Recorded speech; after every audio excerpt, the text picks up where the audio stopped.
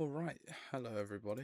Slightly different style of video this week. I was interested in doing some philosophy, and so we're going to do some philosophy. Today I'm going to be talking about Kant and German Idealism, as I think the title makes fairly clear. Let's begin right away. So we'll start off by looking at, well, what was the problem that Kant inherited when he came to power? So there's two main strands in philosophy before Kant. We have rationalism, which is Leibniz and Wolff, which is this sort of idea that knowledge comes from reason alone, and your mind can work out the structure of reality a priori without needing any experience. And then we have Hume and Locke's empiricism, which is that all knowledge comes from the senses. The mind is this. Oh. The mind is a blank slate, and experience right upon it. Hume's really not. Hume has this really damaging idea, though, which is causation, which is that we see A, we see B, but never the necessary connection between them. And that's just sort of a habit of mind, not in the world. If he's right in this, then Newton's laws are just organized habit, and they're not necessity. So Kant has this quote which he says about Hume, which is Hume interrupted my dogmatic slumber, which is certainly very big for his boots. Um, he can't go back to Leibniz, but he also can't accept Hume's conclusion.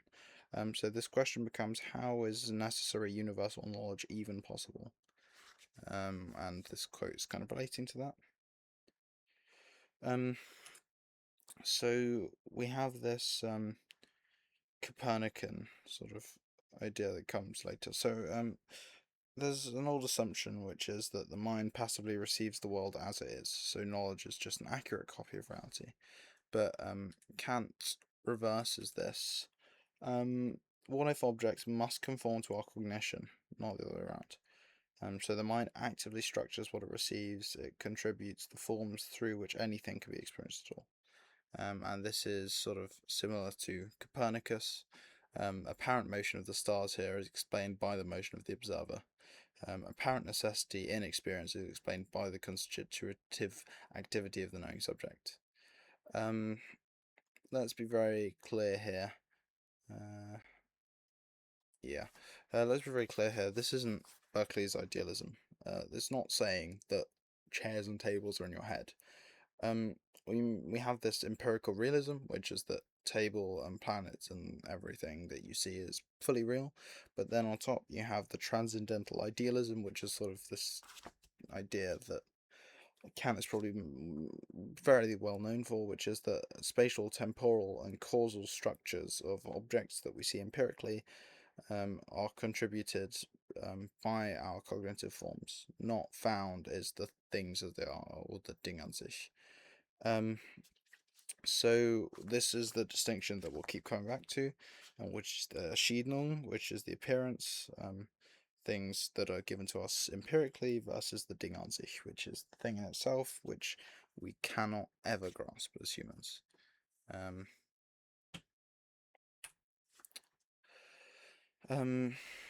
So synthetic a priori is how we know something,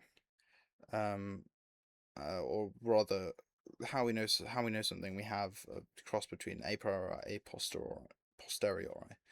So a priori is it being justified independently of experience, so it's necessarily true, whereas a posteriori is meaning it's depending on experience. And these are, I think, fairly simple concepts to grasp.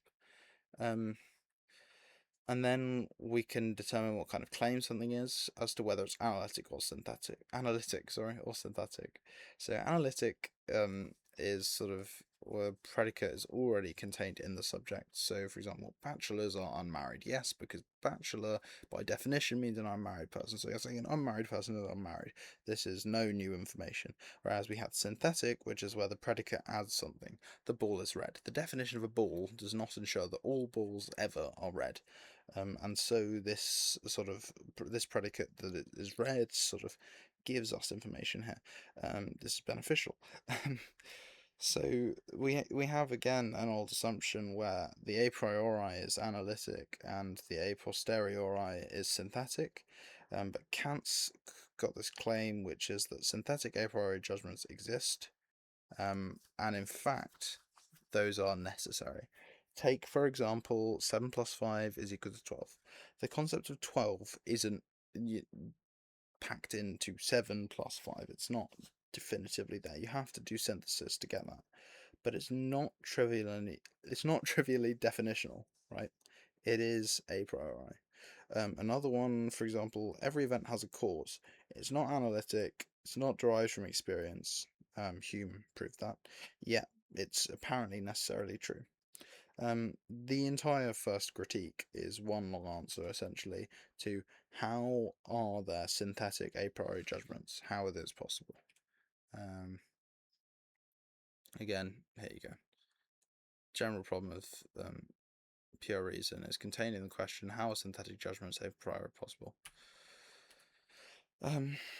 So we have the transcendental aesthetic.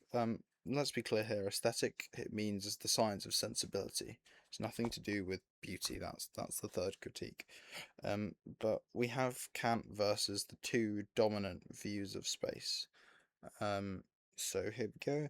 Leibniz says that space is a confused representation of relations between things. It's essentially reducible to logic. Newton instead says that space is absolute and it's a real container that exists independently of everything in it. Kant rejects both of those.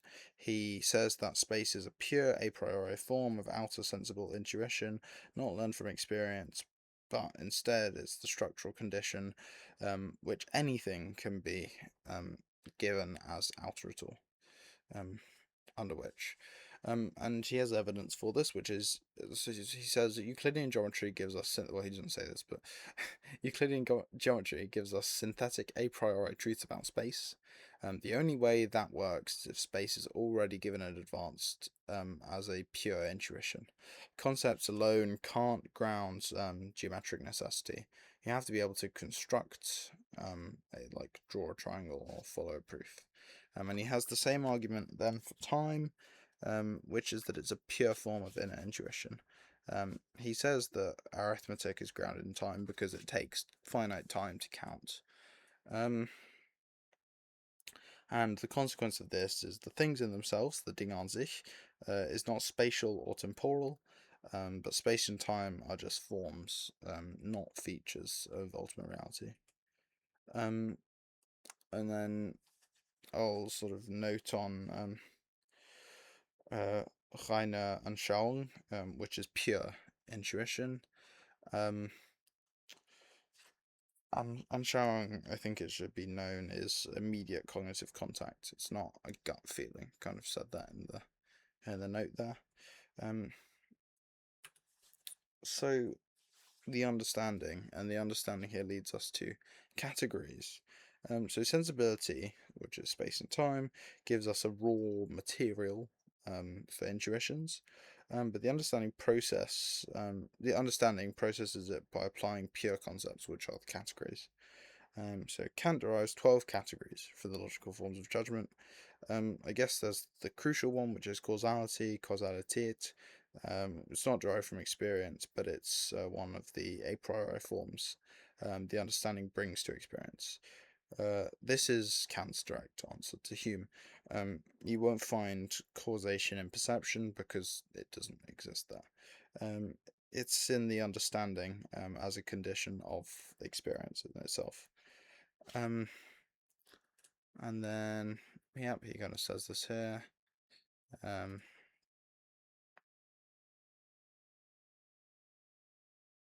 Oh yeah, okay, cool. And then we have the sort of transcendental deduction. This is Kant says this is the hardest section of the critique. The question answered here is what entitled us to apply categories to objects. They might just be purely psychological habits. I'll sort of briefly explain Kant's argument here. It is around this section, B132 to B137, I think it is. So feel free to have a look in the critique. But essentially, he says all my representations must be capable of being unified as mine. The I think must be able to accompany all of them. This is the unity of apperception, which is what he said, apperception. I think it's Unität zum Apperception or something. Sorry if I got that wrong. Sorry if it's on the screen and I just have completely missed it. No, it isn't. Okay, cool. Anyway, that's the unity of apperception. And then he says underlying consciousness requires like actively synthesizing that sort of sensibility, and bringing it under conceptual unity. And the synthesis is just what categories do. And this leads us to the conclusion that any experience at all presupposes the categories. They're constitutive of experience, and they're not derived from it. And the conditions of possible experience are the conditions of the possibility of the object of experience. It's a bit of a word soup. Again, another translation note on Verstand and Vernunft and Urteilskraft. What does it really mean? Well, Verstand is sort of understanding. Vernunft is like a reason behind something. And then, yeah, there's like a distinction there. The transcendental dialectic. So the analytic establishes what we can know, whereas the dialectic is about what happens when reason tries to go beyond that. Reason, as opposed to understanding, drives forwards towards unconditioned, towards the unconditioned, or towards absolute totality. This is natural and irresistible, says Kant, but it generates illusions. And this is the three ideas of pure reason: soul, the whole world, the Welt, and God, Gott. None is an object of possible experience, so all metaphysical knowledge claims about them are illusory. They're apparently rigorous, but they're empty. There's quotes on the dialectic, if you'd like to read those. And then we have the causality, and then we have the thesis and the antithesis here, which leads on to a synthesis.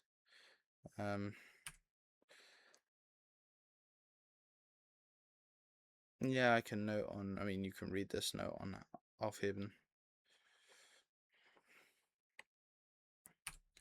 Did I miss? I meant to talk about antinomies. Here we are. Yeah, okay, good. So Kant has the most striking demonstration, which is when reason tries to think the world as a whole, it produces four pairs of contradictory propositions. And the third antinomy, which is the most crucial one, thesis, there is causality through, it has this thesis that there is causality through freedom. It has an antithesis that there is no freedom, only natural causality. And both are apparently demonstrable.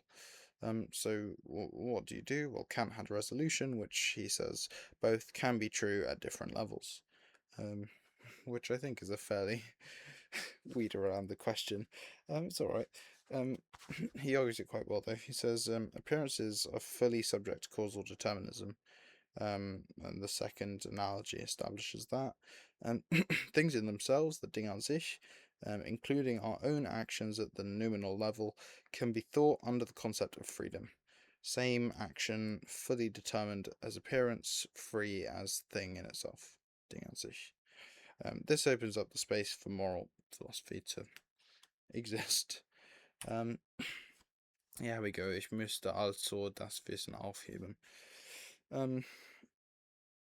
Kant demolishes all three of the classical proofs of God.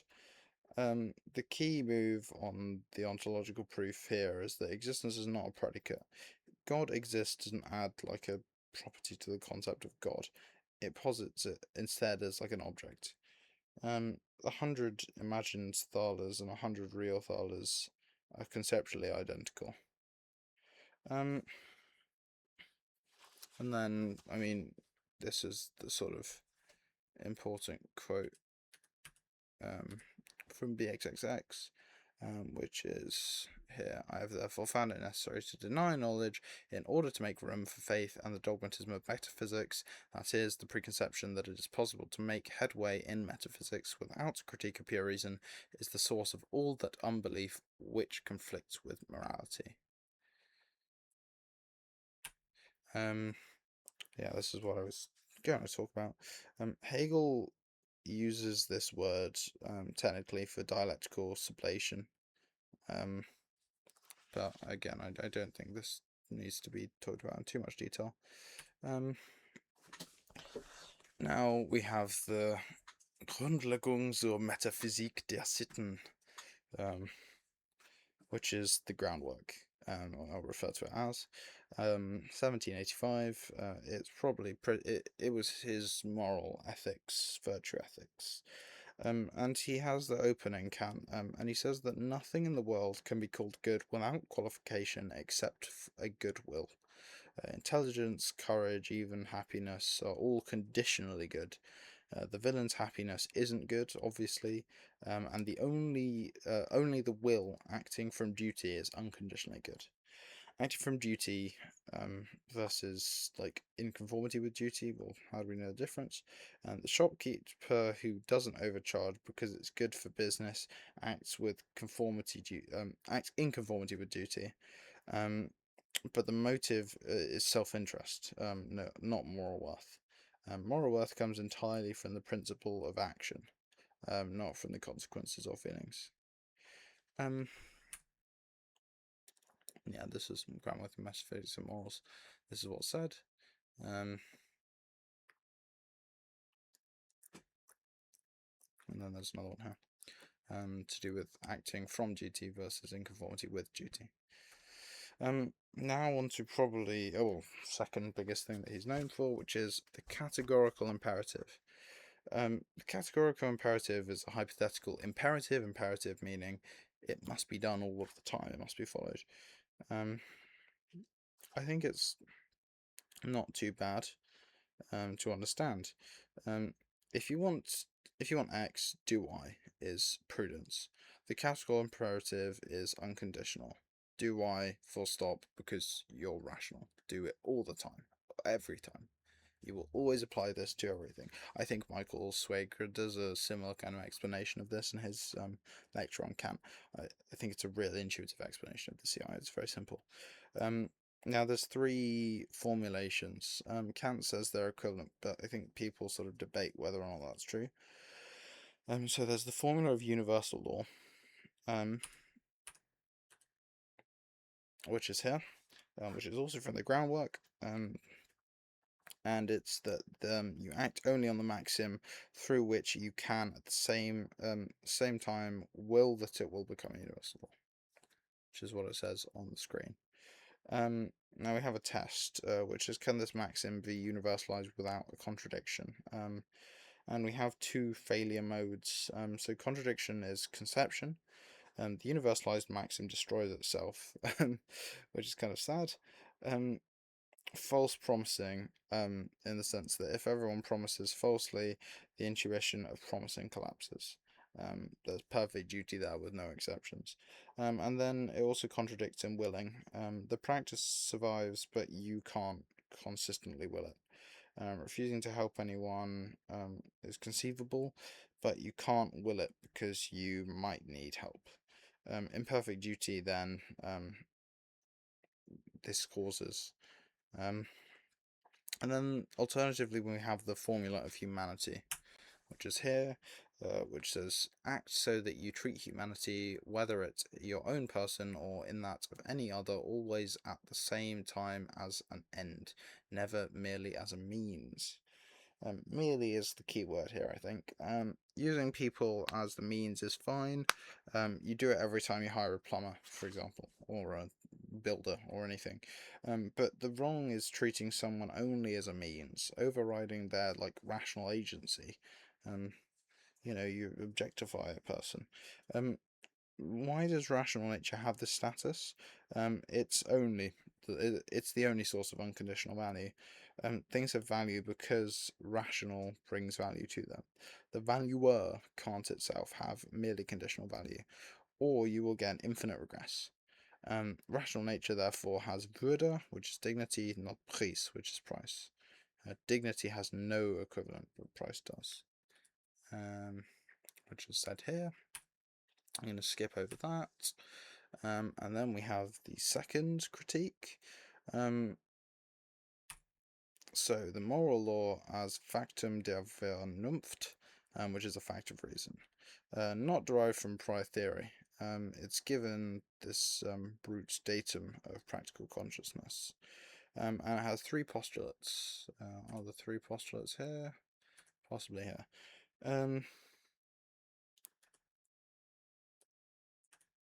Yeah, it's here. So we have freedom, which is the moral of the law demands that we could have done otherwise, and the noumenal self is free. And then we have immortality, which is that perfect virtue can't be achieved in infinite lifetime. That would require infinite progress. And we have God, which is the highest good, requires happiness proportioned to virtue. Nature doesn't guarantee that, so that must postulate a moral world author. This is the conclusion of the critique. Oh no. Here we are. And he says this: the starry heavens above me and the moral law within me.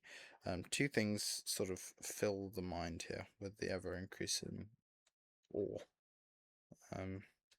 That's a pretty deep quote from Kant. And then we have the third critique, which is to do with aesthetic beauty and the sublime. 1790, we're looking at the dawn of Romanticism in the art world. I guess the sublime here is interesting.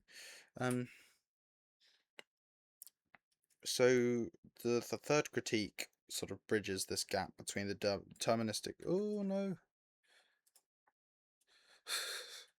it was bound to happen at some point.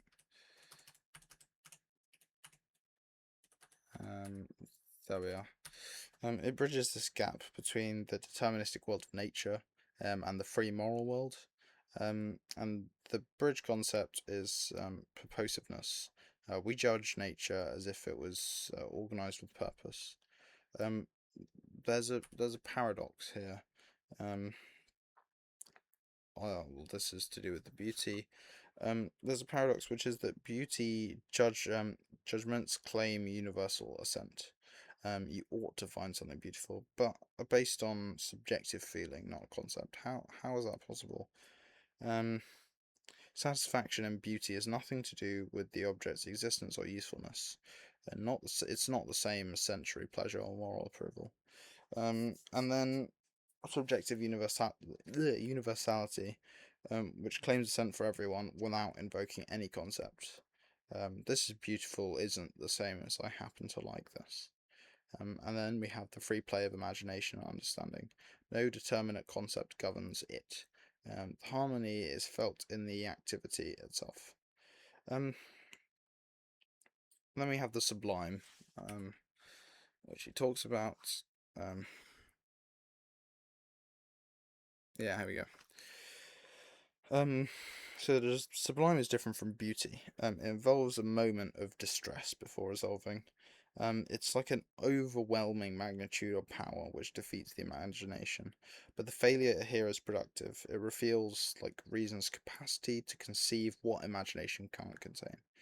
We feel this physical tininess, but that forces a recognition that our rational dignity is untouched by any natural physical force rather.